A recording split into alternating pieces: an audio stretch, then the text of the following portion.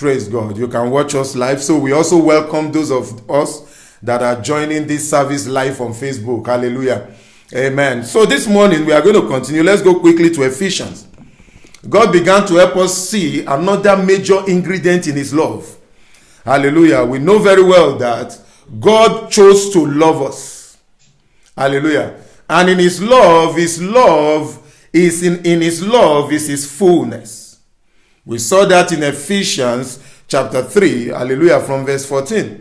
We began to see very clearly, hallelujah, that when we are grounded and rooted in his love, and we begin to really know the love of God, we will be filled with the fullness of God. And one of the things God is full of, hallelujah, that we learn to enjoy, that we are looking at now, is the grace of God. The Bible says God is full of grace. And one of the things we learn to enjoy as Christians, is the grace of God. And I began to help you see that without God's grace, the Christian race is absolutely impossible. Without God's grace, the Christian race is an Herculean task. And so God began to help us to see that in his love for us, there is the riches of his grace. And if you are going to do well as a Christian, you must understand the grace of God.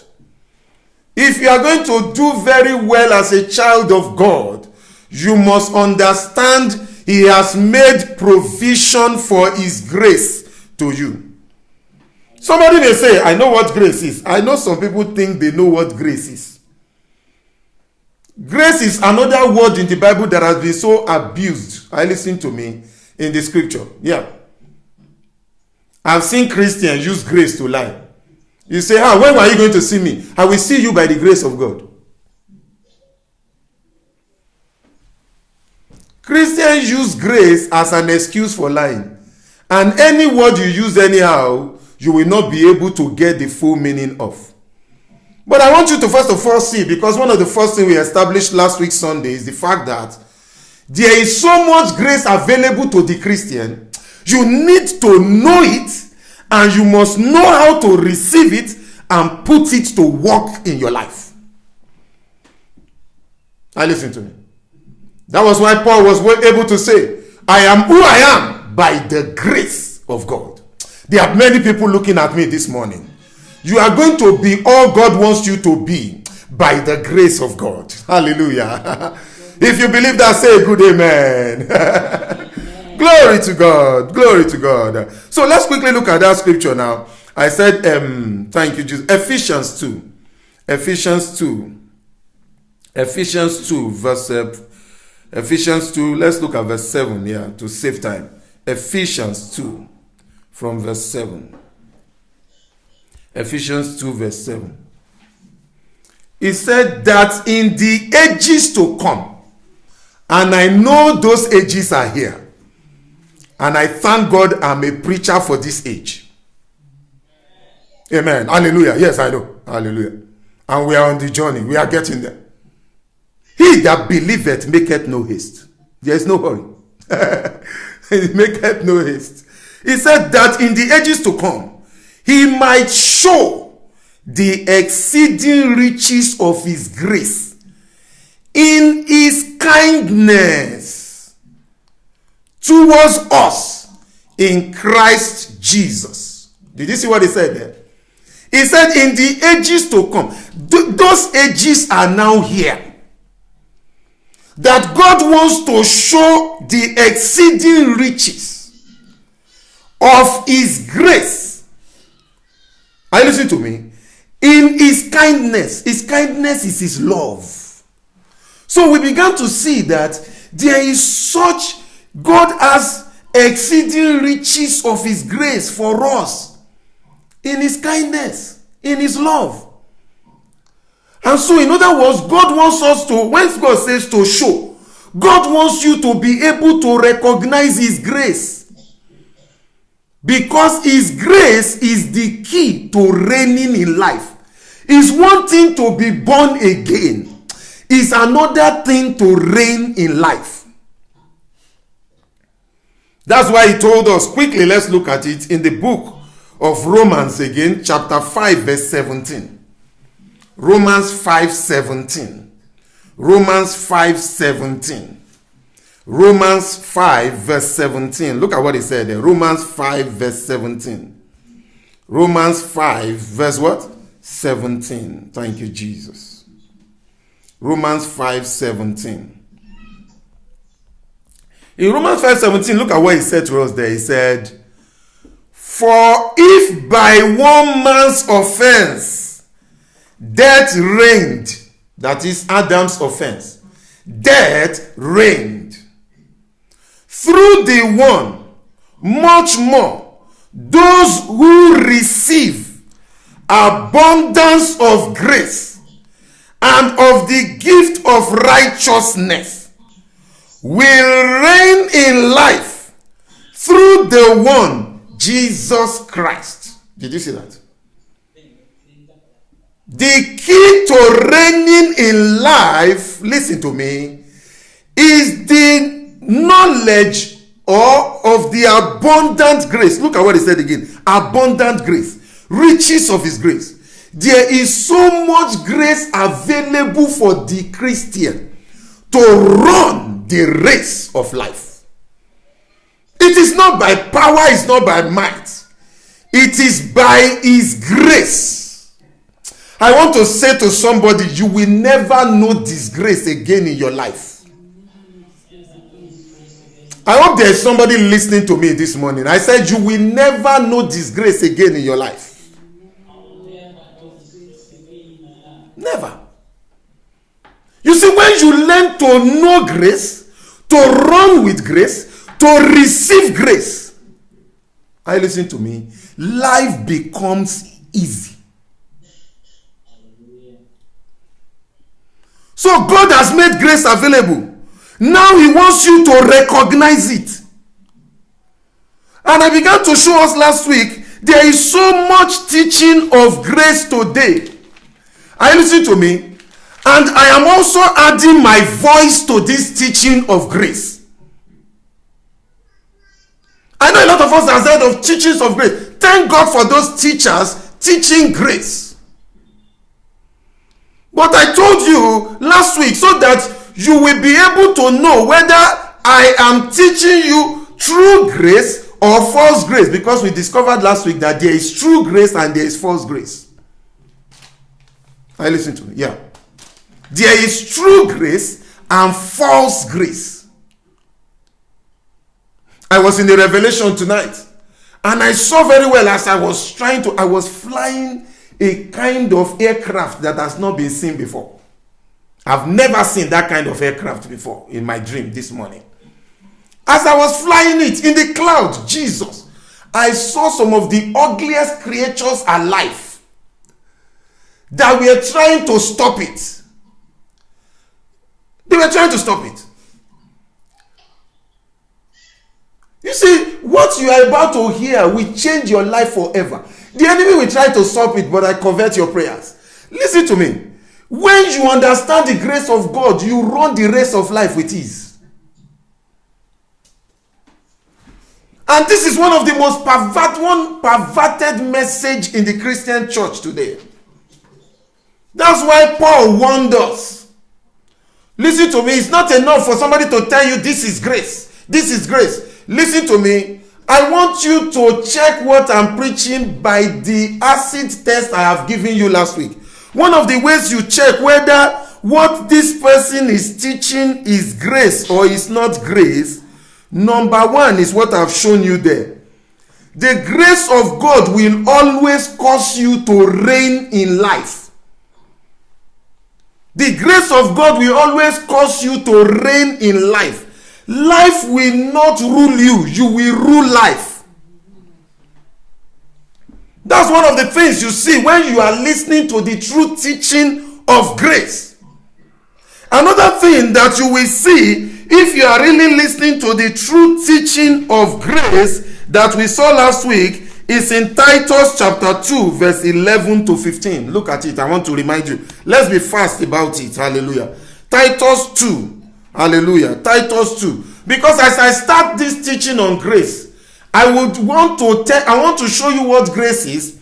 But listen to me. You must be able to know how you can tell. It's not by definition you know what grace is. Hallelujah. Thank you, Jesus. Okay, you can hear Uganda. Hallelujah. Let me change that. Praise God. Thank you, Jesus. Thank you, Jesus. Thank you, Jesus. You should be okay now. You should be okay now. Look at it. Look at it. Last as I'm going on. You see, one of the ways you know, because one of the ways you know true grace is not because somebody is preaching and he calls it grace. One of the ways you will know whether what I am going to begin to teach you and what I say about grace is grace, one of the ways you will know whether grace is number one. Look, number two, Titus 2. Look at it, Titus 2. Titus 2. Titus 2. Look at it. Titus 2 from verse 11. Look at it. He said, for the grace of God that brings salvation has appeared to all men. The grace of God that brings salvation has appeared to all men, teaching us that denying ungodliness and worldly lust, we should live soberly, righteously, and godly in the present age. You see, grace is for this present age that we are living in. This is that. He said grace there, the way you know that what you are being taught is grace is because grace will empower you. It will teach you. It will show you how to deny ungodliness. Any teaching that does not show you how to deny ungodliness is not grace. Grace teaches you to deny ungodliness. And what? And worldly lust. It teaches you to live soberly, righteously, and godly in this age. So I want you to check if what I'm teaching or whatever you hear anywhere, is it causing you to deny ungodliness? Is it empowering you to live godly? Because I will begin to show you some things that are being taught. It has nothing to do with grace. And so he went on. How do you know again? Look at Jude 1:4. Jude 1:4. Jude 1:4. So I want you to test what I'm teaching and whatever you are hearing anywhere else. Because it's also nice you hear things from other people, but you must be able to know, is this the real thing? Excitement is not what makes the gospel real. Because I see some things some people are excited over. It is destructive. So he went on. Look at what he said. Jude 1:4. Jude 1:4. Jude 1:4. Jude 1:4 says, he said, for certain men have crept in unnoticed, who long ago were marked out for this condemnation. Ungodly men who turned the grace of our God into lewdness. Lewdness there is that, listen, and denying the only God and our Lord Jesus Christ. Because lewdness there is living anyhow. Lasciviousness. Living anyhow. Any teaching of grace that makes you to just live anyhow. Because we live in a day and age today that people teach grace and they make grace look like an excuse to sin. Are you listening to me? We all sin and thank God for his mercies. Are you listening to me? But listen to me, many people teach grace as an excuse to sin. Many people listen to me, they teach grace as an excuse for people to be lazy. I know Christians where they will say, oh, they say, you have to, by the grace of God, I will see if I can do it. People now use grace as an excuse to lie. Your friend said, are you going to see me tomorrow? I am, by the grace of God. They use grace to lie. People now use grace to live a mediocre life. Are you listening to me? But that is not grace. And the reason for this is because of the way men have defined grace. But I want to help you today to understand what grace is, and we begin to see how to really recognize. Because if you can't define it, you can't find it. So he went on. So grace is not a teaching that permits. If the grace you are hearing helps you to give excuse for your sin, it is not grace. Grace does not make you give. Many people teach grace now as an excuse for sin.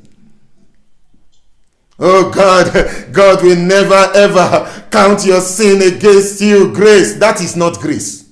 I will tell you what that is. It is true, but that is not grace. That is not grace. It is true, God will never count your sin against you, but that is not grace. That is not grace. And you will see here, and I will show you from, that's why I'm a Bible teacher by the grace of God. So 1 Peter chapter 5, look at it, 12 to 10. So I want you to test what I'm teaching you, so that you will know whether this is real grace or not. Are you listening to me? Whether this is real grace or not. So he said here also, 1 Peter 5, look at it from verse 10. 1 Peter 5 from verse 10. You will know how you recognize real grace when it's coming into your life. Because I want to show you what real grace is. Because it's going to flow abundantly in your life. Real grace is so abundant and so much available for Christians, but most Christians can't recognize it because of certain erroneous teachings. And grace is for this present age. If you are going to live a sound Christian life in this age, it takes grace. It takes grace. And you must recognize it. It takes grace. Thank you, Jesus. 1 Peter, quickly. Chapter 5, verse 10. Look at it, to 12. Verse 10. Look at what he said. He said, but may the God of all grace. Hallelujah. Uganda, your camera is down. Please put it on. Hallelujah. He said, but may the God of all grace, who called us to his eternal glory by Christ Jesus, after you have suffered a while, perfect, establish, strengthen, and settle you. To him be glory and dominion forever and ever. Amen. He said, by Silvanus, our faithful brother, as I consider him, I have written to you briefly, exhorting and testifying that this is the true grace of God in which you stand. Did you see that? This is the true grace. The true grace involves God perfecting, establishing, strengthening, and settling you. I will show you what all these things stands for one thing. For God to strengthen you and empower you. Anything that grace empowers you. Listen very carefully. Grace empowers you to live the way God wants you to live. Listen to me, I can just begin to tip it here in a little by little. Grace is empowerment from God. And there are things God has given us to empower us. I will soon get there, but let me take it step by step. Hallelujah. That's why he told us in Romans 5, through the abundance of grace, you will reign. Grace enables you. But one of the definition of grace, and I'm not speaking against anyone, but what you must understand, one of the teaching of grace is that grace, let me write it here because I've done a lot of some of the research. It says grace is the undeserved, unearned, and unmerited favor of God. This is one of the most common definition of grace. I want to say to you that grace is not the unmerited favor of God. Undeserved favor. Grace is not favor. The reason they say this is what I want you to understand. You see, the reason they say this is because of something. Because in the Old Testament, that word grace in the Old Testament is from the word favor. But I found out that as I looked at the scripture, let me tell you something. Grace, the grace that Jesus is talking about did not exist in the Old Testament. The grace that Jesus is talking about did not exist in the Old Testament. The grace that he's talking about, the Bible said the prophet of old prophesied about it. They didn't know anything about it. When you see the word grace in the Bible, that word grace in the Bible, are you listening to me? In the Old Testament, it means graciousness. And the root word of that graciousness is what we call mercy. Mercy. So what in the Old Testament they call grace and favor is mercy. Mercy. It's from the root word mercy. But in the New Testament, grace, are you listening to me, is from the word charis. And that's why the Bible told us, and that's what I want to, one of the major confusion why people cannot recognize grace is because they are confusing mercy with grace. We are confusing God's mercy with grace. And the Bible says to us in James, a double-minded man is unstable in all his ways. Are you listening to me? He cannot receive anything from God. The reason we can't receive grace the way grace is meant to be is because it has been confused with mercy. That's why the Bible now tells us, quickly, let's open our Bible. I want to help you see something this morning. Are you listening to me? That's why the Bible tells us, Hebrews chapter 4, verse 16. I want you to go there. Hebrews chapter 4, verse 16. So please, I'm not a Greek expert or Hebrew, but just checking the Hebrew dictionary and the Greek dictionary, I began to see very clearly that, listen, the word grace in the Old Testament, which means graciousness, and they call it favor, is from the root word mercy. It's mercy. In the Old Testament, they knew the mercy of God very well. But the grace of God was strange. Praise God. So that word grace in the Old Testament is really mercy. Mercy. So mercy is the unmerited, undeserving, unearned favor of God. That's mercy. It's mercy. And if you mix, listen to me, if you mix mercy for grace, you can't find grace. The reason people are not getting what grace is, the main reason why Christians are not seeing what grace is, because we need grace to run the race that is in front of us as the days are getting dark. It's because mercy and grace have been confused to be the same. Are we together? So look at what the Bible says here. Look at what the Bible says here. Oh, glory to God. Look at what it says. Hebrews chapter 4. Hebrews 4 verse 16. Hebrews 4.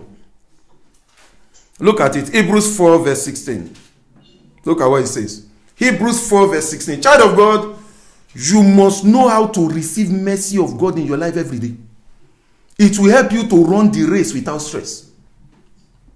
And so look at what it says here. Look at what it says. Oh, glory be to God. Glory be to God. Look at what it says. He said, let us therefore come boldly. Let us therefore come boldly to the throne of grace, that we may obtain mercy and what? Find what? Grace to help in the time of need. That we may obtain mercy. Listen to me. Until you know what mercy is, you can't find grace. Are you listening to me? The reason people can't find grace is because they are being made to think that listen to me, grace is being taught for mercy. Without mercy, you can't find grace. Because grace and mercy is what God has done for you that you don't deserve, you don't merit it, you can't earn it. That's mercy. Mercy is what God has done for you that you don't deserve, you didn't earn it, and you don't merit it. That's why God said, I will have mercy on whom I will have mercy. It's as a result of God's choice. But grace, listen very well. Grace, are you listening to me? Is what you do with what God has given you as a result of his mercy. Grace is what you do. Because grace has been taught in a way that as if Christian will not do anything. It's a life from the pit of hell. I love what Bishop Oyedepo said. He's my father in the faith. Bishop Oyedepo said something. He said, any faith that makes God responsible for everything is an irresponsible faith. Let me say that again. Any faith that makes God responsible for everything is an irresponsible faith. And that is one of the reasons why Christians, some people are living irresponsible life in the name of living by grace. Any faith that makes God alone responsible for your life is an irresponsible faith. Listen to me. Let me show you one thing. Listen to me. God saved you by his mercy, but you accepted his salvation by grace. Because sometimes people say in the Bible, say, yes, Pastor, the Bible says we are saved by grace. Yes, didn't you hear what he said? He said you are saved by grace. God, through his mercy, made salvation available. But when God enabled you, empowered you, touched your heart, you accepted the salvation. Grace is God enabling you to accept and receive what the mercy of God has provided. That's grace. That's why he said here in this scripture, let me show you again. He said here, look at it, he said, that we may obtain mercy and find grace. It is those people that really know what mercy is that can see what grace is. Are you listening to me? Thank you, Jesus. Mercy and grace, they are different. When you encounter mercy, you will find grace.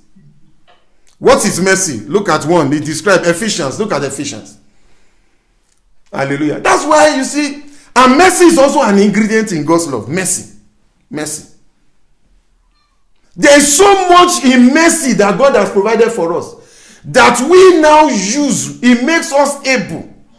Hallelujah. Thank you, Jesus. So grace is working out what God has worked in you. Grace is you working out what the mercy of God has worked inside you. Salvation has brought so many things into your life. Grace is you now taking that thing to live. That's what grace is. Grace is not that you won't do anything. Everything will just be all right. Oh, hallelujah. Amen. I will just live righteous. If you don't use the blood of Jesus to deal with sin, sin will take you out of the sin. Did you see what I'm talking about? Yeah. That is grace. And you will see as we go on. Quickly, let's look at this. Thank you, Jesus. Thank you, Jesus. Look at what he said in Jonah. I like this one. Thank you, Jesus. Jonah 2. Verse 8. What brings you? Jonah 2:8. Look at it. Jonah 2:8. Thank you, Jesus. Jonah 2:8. Look at what he says there.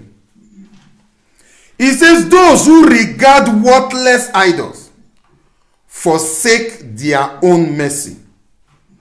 But I will sacrifice to you with the voice of thanksgiving, and I will pay what I have vowed. Salvation is of the Lord. Great mercy is everything God has given you in salvation. That's mercy.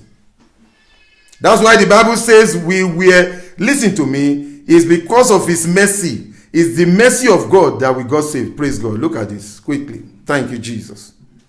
Thank you, Jesus. Thank you, Jesus. Thank you, Jesus. Quickly look at it. Titus 3:5. So remember, mercy is what you don't deserve, what you cannot earn, and you don't merit it. You can't do anything to get it. There's nothing you can ever do in this life. Are you listening to me? Apart from what Jesus has done for you to be saved.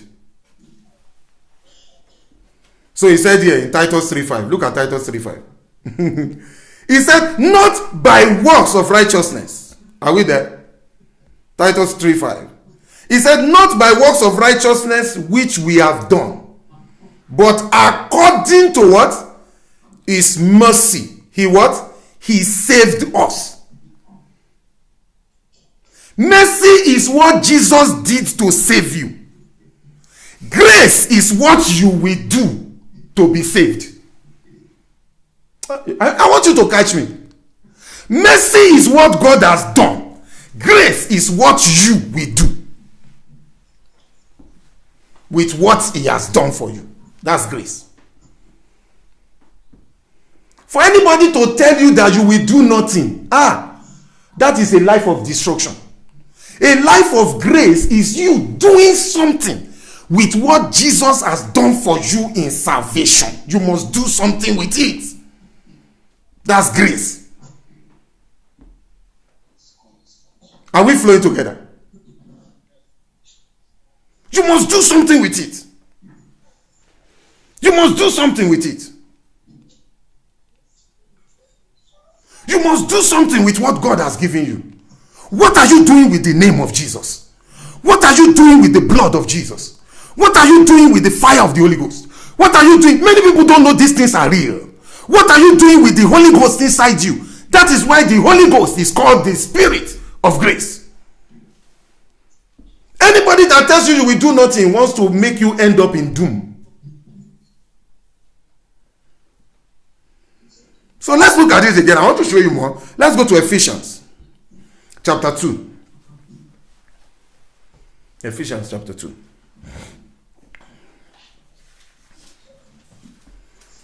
God saves us by mercy. Listen to me, we now save ourselves with what God has saved us with. That's grace. Because let me tell you something. Jesus Christ already saved us 2,000 years ago. Help me ask your neighbor, when did you get born again? 2,000 years ago? I said Jesus Christ saved us 2,000 years ago. When did you get born again? Help me ask your neighbor. The day you chose to accept. And that is what we call grace. Did you see that? It has always been there. Jesus Christ died, offered himself. It is available. But God through the Holy Spirit began to touch your heart. One day you were in a service like this and you say, let me give my life to Christ. That is grace. Grace is the empowerment of God. Are you listening to me? To put to work what mercy has provided. That's grace. The grace to be saved comes the moment you decide to accept the mercy of God, which the mercy there is salvation. That's why he told us here in Ephesians. Look at it again. Ephesians. Thank you, Jesus. Thank you, Jesus. We give you praise. We give you praise. Thank you, Jesus. Thank you, Jesus. Before we go to Ephesians, let's read Psalm 109, verse 26.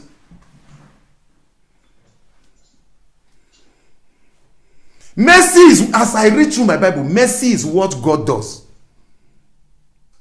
Grace is what you do.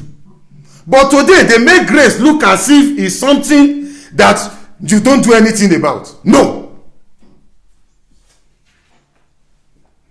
Grace is what you do with what God has done for you. Because the thing God has done empowers you to live, enables you, are you listening to me, to do what God wants you to do. That's grace. Grace is you doing something with what God has already done for you by his mercy. So look at what he said in Psalm 109 verse 26. Psalm 109 verse 26. Look at what he said. I want you to see it again. He said, help me, O Lord, my God. Oh, save me according to your what? Mercy. Save me according to your what? Mercy. Salvation is according to his mercy. Let me show you another one. Thank you, Jesus. There are so many scriptures like that. Hallelujah. But I don't think time will permit me to show you everything. Praise God. But let me show you that line between mercy and grace from Ephesians. Let's go to Ephesians now. Ephesians. I will take my time to teach this, because the days that are ahead of us, are you listening to me? The power to live the life that God wants you to live in the days that are ahead of you, you must know how to recognize grace. And I will begin to show you the different ways. Are you listening to me? When you understand this, you will see all the different ways God empowers you. The reason people can't see the different way God empowers them is because they have never been taught that grace is the empowerment of God. And look at what he said here. And where the mistake comes is where mercy is confused for grace. And I want to show you from this particular passage, Ephesians chapter 2. Look at what he said. He's talked about mercy and he talked about grace. And you will see the difference. Praise God. Look at Ephesians 2. Ephesians 2. Look at it. From verse 1. Ephesians 2 from verse 1. Ephesians 2:1. He said, and you. Note what he said though. And you. He made what? Alive. Who were dead in what? Trespasses and sins. And you he made alive, who were dead in trespasses and sin, in which you once walked according to the course of this world, according to the prince of the power of the air, the spirit who now works in the sons of disobedience, among whom also we all once conducted ourselves in the lust of the flesh, fulfilling the desires of the flesh and of the mind, and we are by nature children of wrath, just as what? Others. But God, who is what? Rich in what? Mercy.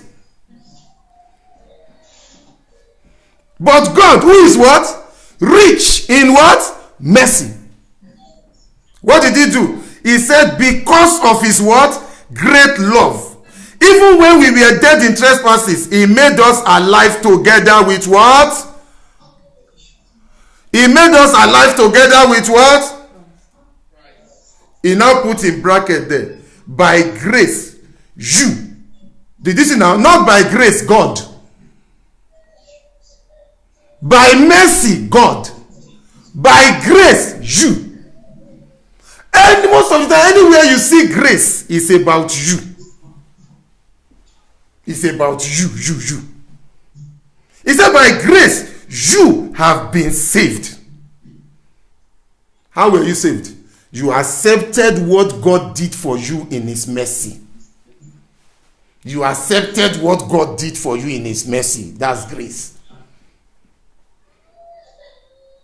So grace is you receiving what God has done for you and using it to live. Let me show you another one. Let me show you another scripture. Thank you, Jesus. Hallelujah. Quickly, let me show you another scripture. Thank you, Jesus. Hallelujah. Luke chapter 1 verse 78. Luke chapter 1 verse 78. Luke chapter 1 verse 78. So mercy is that unearned, unmerited, undeserved favor, what God has done for you. But grace is you now doing something with what God has done for you. You will have plenty grace in your life when you learn to do something with what God has done for you. That's grace. Are you listening to me? Because today, we have a Christian life where, a Christianity that, you see, God said something. I'm trying to put my, to remember where he said it. Praise God. We have to beware of laziness.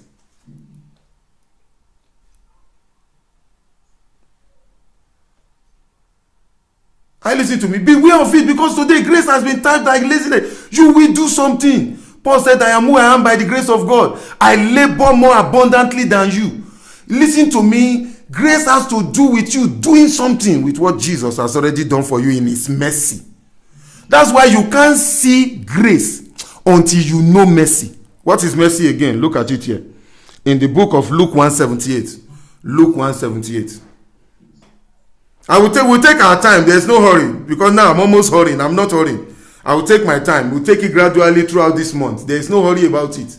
So that you can understand it clearly. To run the race of your life in the days that are ahead. So in Luke 178, look at what he said there. He said, through the tender mercy of our God, with which the day spring from on high has visited us, to give light to those who sit in darkness and shadow of death, to guide our feet into the way of what? Peace. He was talking about Jesus.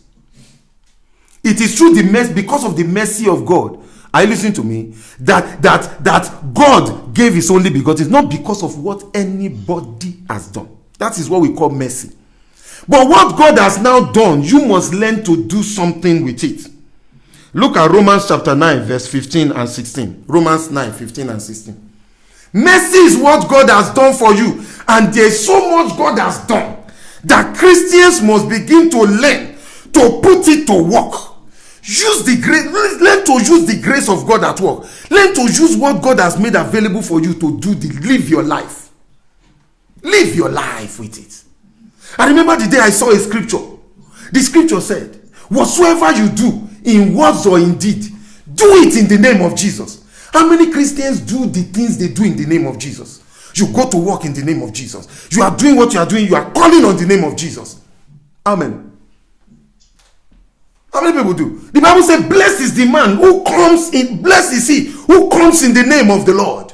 How many Christians use the name of Jesus? When I enter my car, I've never known accident in my life.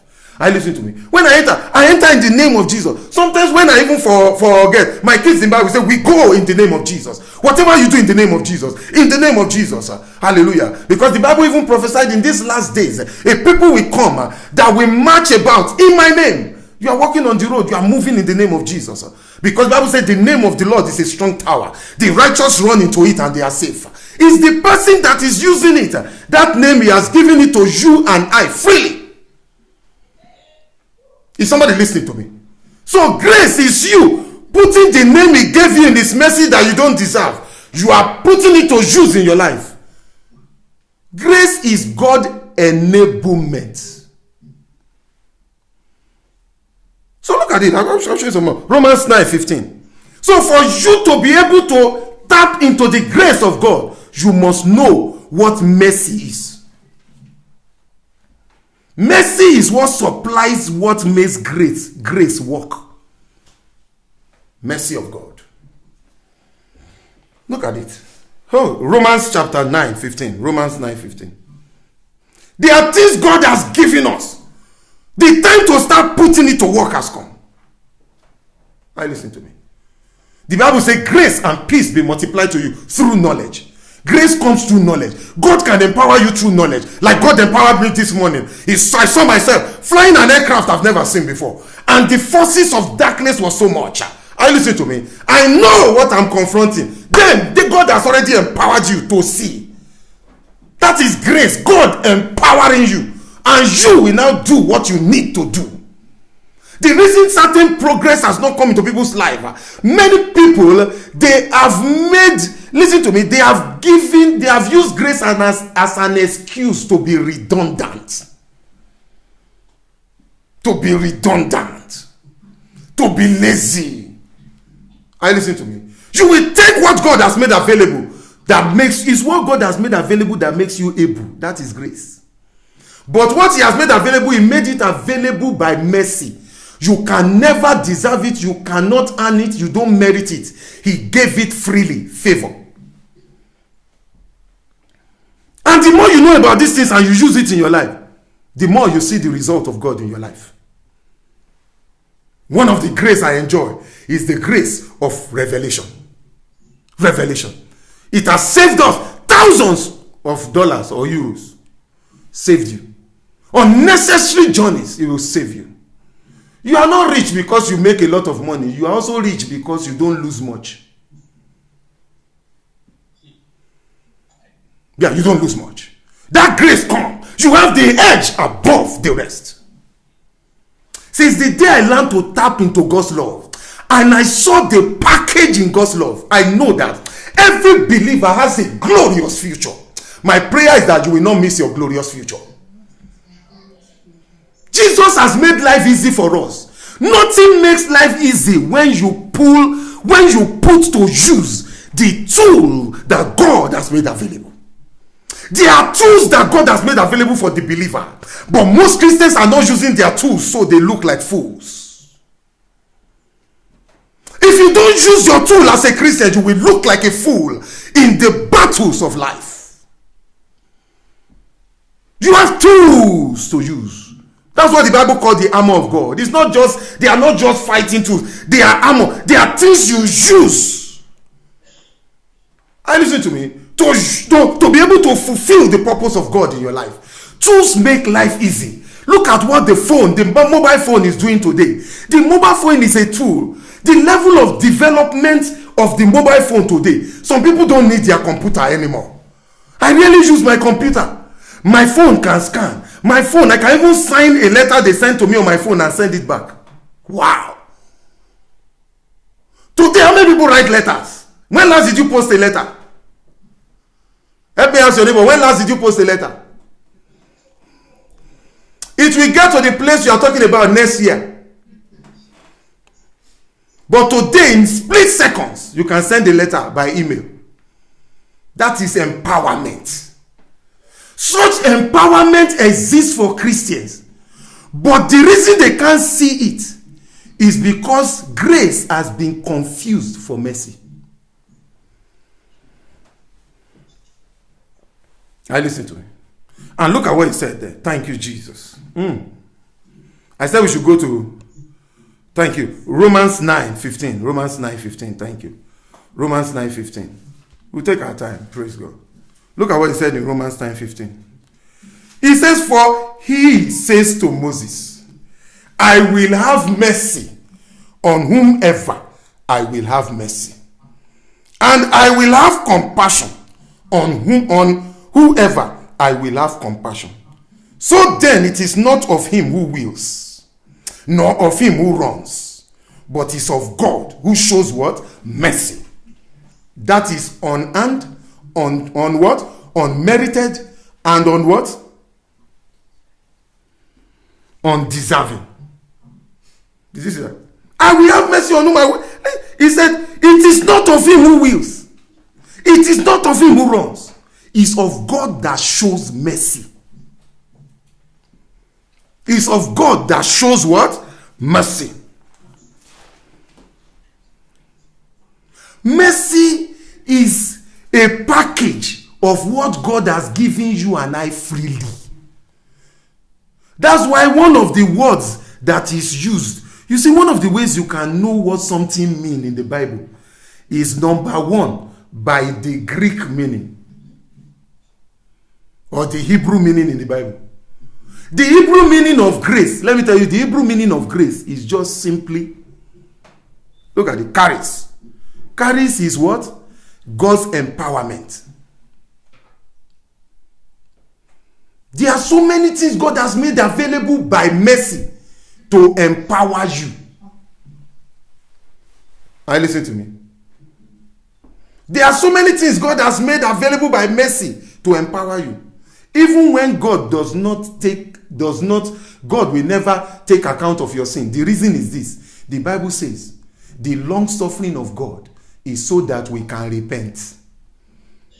The reason God does not count our sin against us is so that he can give us room to receive his power so that we can live godly. It's not so that we can just live as we like. Amen. He will not count my sin against me. Yes, he will not. But God help you if sin does not catch up with you. Let me close with this example. That's why when you know the mercy of God gives you capacity to walk in grace. And so you will see here, let me give you two examples as I close, because I can see my time is almost up. This picture came to my mind now. Two people, Abraham and Job.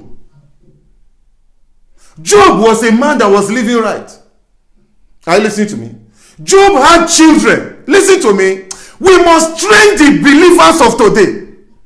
If we don't train them, if we don't train Christians of today, they will live anyhow. Job, look at what Job did. Let me give you the example. That is the example between mercy and grace. Look at it. Job was somebody that when Job was living right, the children were living anyhow. They will be having orgies, having drunken party. I listen to me. When they have done all those things, you know what Job will do? Job will quickly run, go and offer lamb, go and offer sacrifice, because the sacrifice you offer is what? The blood cries mercy, mercy, mercy. So he will go and do it. But one day, because Job did not take time to train his children to live right, one day, when Satan came, Satan wiped out the whole family of Job. One day. One day. Because before Job could go and what? Offer sacrifice again to cover the sin of his children, Satan had already appeared. But look at Abraham. Abraham was another man that offered sacrifice. Listen to me, child of God. You must never joke with thanking God for his mercy in your life. You must never. But you see, Abraham used to offer sacrifice too. You will see, they said about Abraham, everywhere Abraham went, he raised an altar.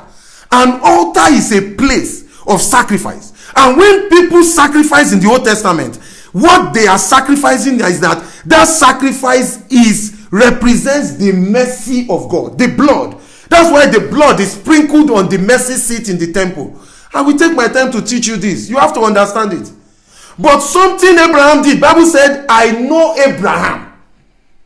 He will order his children aright. Why Abraham was that successful and did not suffer casualty was because Abraham taught his children to live right. Thank God for the mercy of God. The grace of God empowers us to live right after the mercy of God has cleansed and covered our what? Unrighteousness. There are things that God has made available for you and I to live right.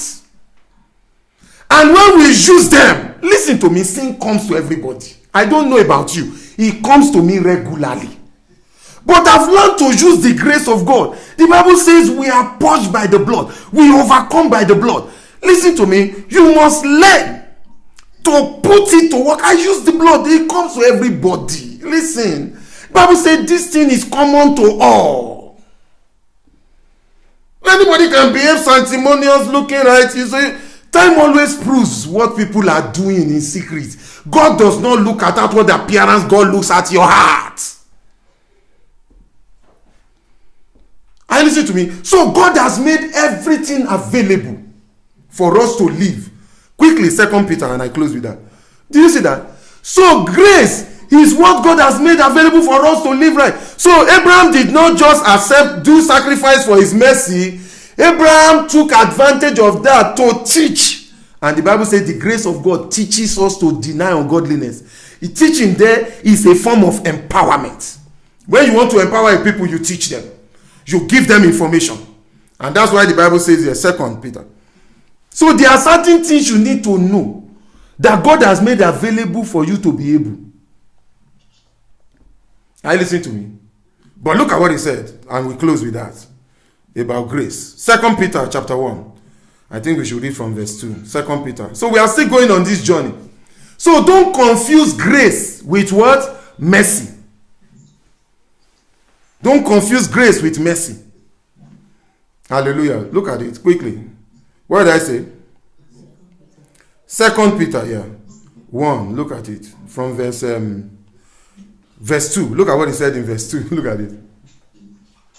Verse 2 said, grace and what? Peace.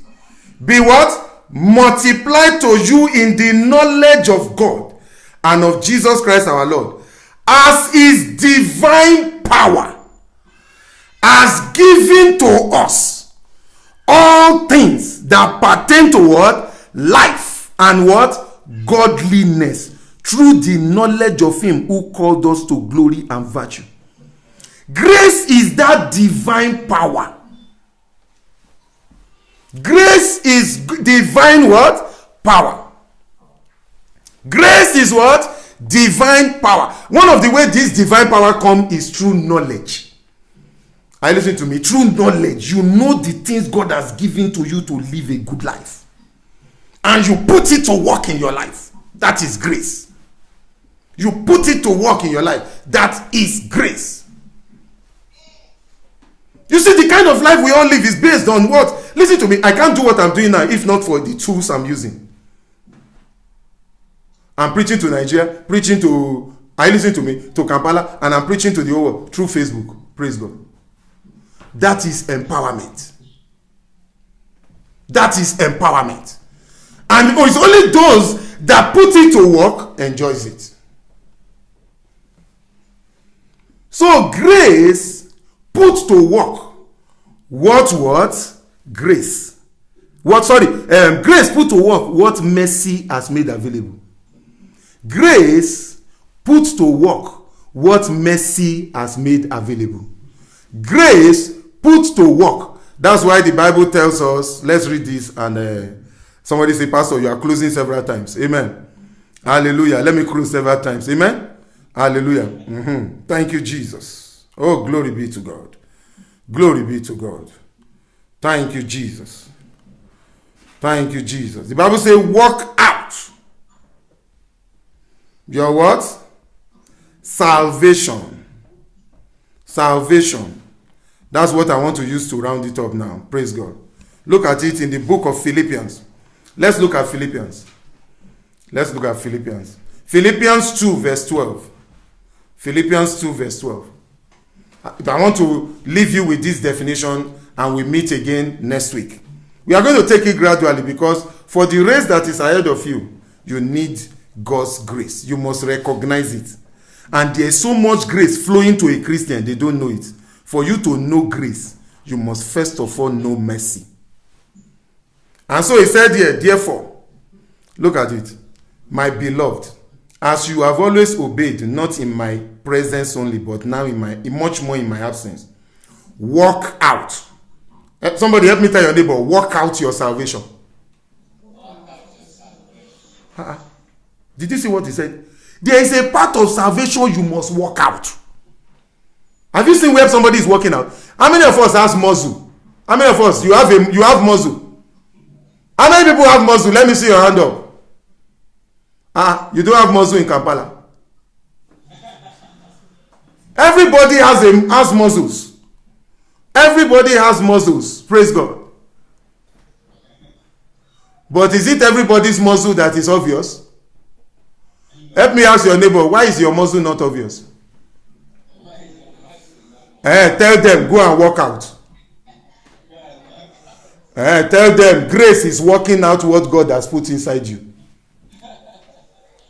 Grace is working it out. If you don't work it out, you will just be like that.